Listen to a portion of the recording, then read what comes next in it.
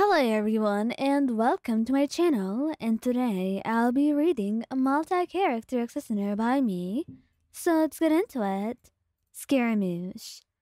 Now you and Scaramouche didn't argue a lot, so when you argued, it was bound to get serious sometimes.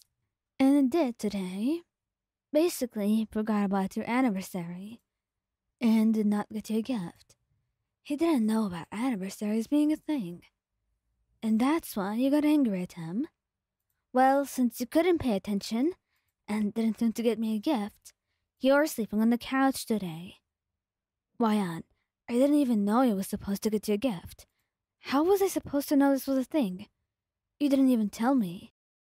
Well, didn't you think of it yourself? Didn't that date mean anything special to you? It did. That's not the way I see things. Well, maybe you should have. Maybe you should have done something to make me feel appreciated. He retorted, slamming the door and locking it. And poor Scaramouche was left to sleep outside on the couch. It's not that he minded it. He just minded the fact that you were fighting with him over something you couldn't control. He didn't see it that way.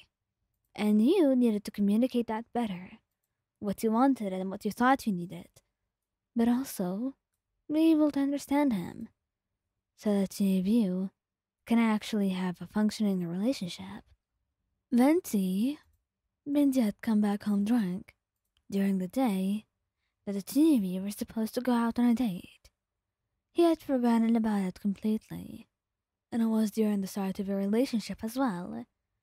It wasn't that he had lost the excitement, but more like he forgot, because he wasn't used to having this kind of thing in his life. Those obligations of being in a relationship. And so, when the opportunity presented itself, he got drunk and cared for nothing. And when he came home, you were there, and angry. That's how he ended up with his pillow thrown in his face, and his blanket as well.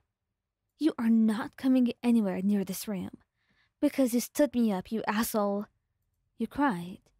And you couldn't actually tell in his state what was going on, but he took the pillow and the blanket and slept on the couch no problem. But in the morning, there was going to be a lot of problems, and you better be ready for them. Xiao actually would hardly ever do anything wrong on purpose. He's that careful, and is also so very much in love. He appreciates you, and he cherishes you, your presence, and your attention. So, of course, doing something wrong would make him feel like he deserves to be on the couch without you even having to say anything. So, one time during the fight, he slightly raised his voice at you, and you looked a little bit scared. In that moment, immense guilt struck at his heart, and he felt so bad that he actually wanted to leave the house. Xiao, how about this? You sleep on the couch and I sleep in our room.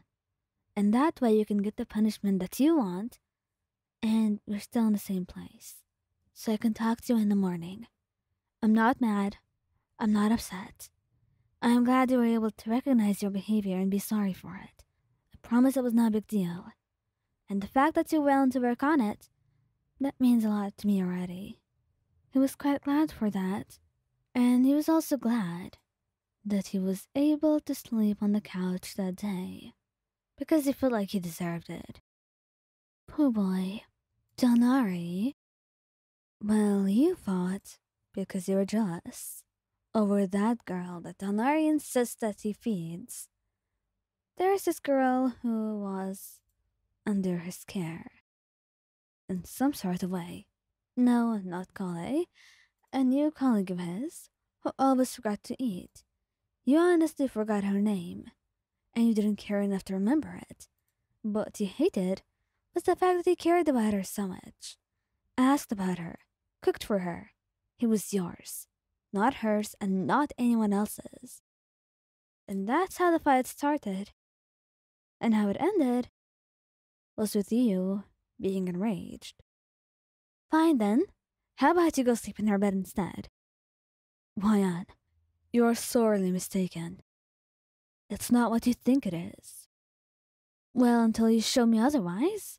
That's how I'm gonna think. You can sleep outside on the couch for all I care, or in her house, or anywhere else. I don't care. That's all he said before shutting the door in his face, leaving him with just a pillow and not even a blanket. Poor Tighnari was at a loss. He really had nothing to do with that girl, and it was all a big misunderstanding that now he had no idea how to solve. Albedo? Albedo was such a sweetheart, but the sight was over him not dedicating enough time for you, because between him taking care of Glee, taking care of his own work, and his business, and him going on expeditions, and spending most of his time in Dragonspine, well, you barely had any time in his schedule. It felt quite suffocating, not being able to spend any time with your lover. And he didn't seem to understand it, how horrible it felt for you. Let me give you a better understanding of this. Sleep on the couch for the rest of the week, and then you come and talk to me.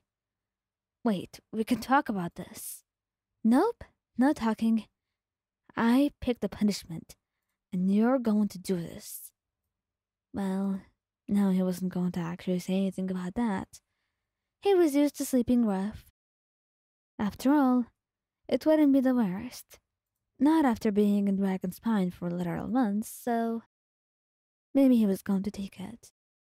And then, hopefully, it will have calmed down, and he would have been able to find an explanation and a way to make you understand how difficult things are for him. Cyno? Well, the two of you had a really petty fight. It really wasn't necessary in any way, and it was pretty much avoidable. But arguments were inevitable, especially if you were dating and living with each other in the same house. That's why, when the two of you fought over what meal you were going to eat, and things got a little bit too far and he kept insulting your favorite food and you insulted his, you decided that that was enough. Cyno, you're sleeping on the couch. What did I even do, Ion? You're overreacting. I'm not. I've had it. Look, listen to me. You can eat what you want. I will just order something. Enough, Cyno. You insulted my favorite food. And I'm not going to sleep with you today until you apologize.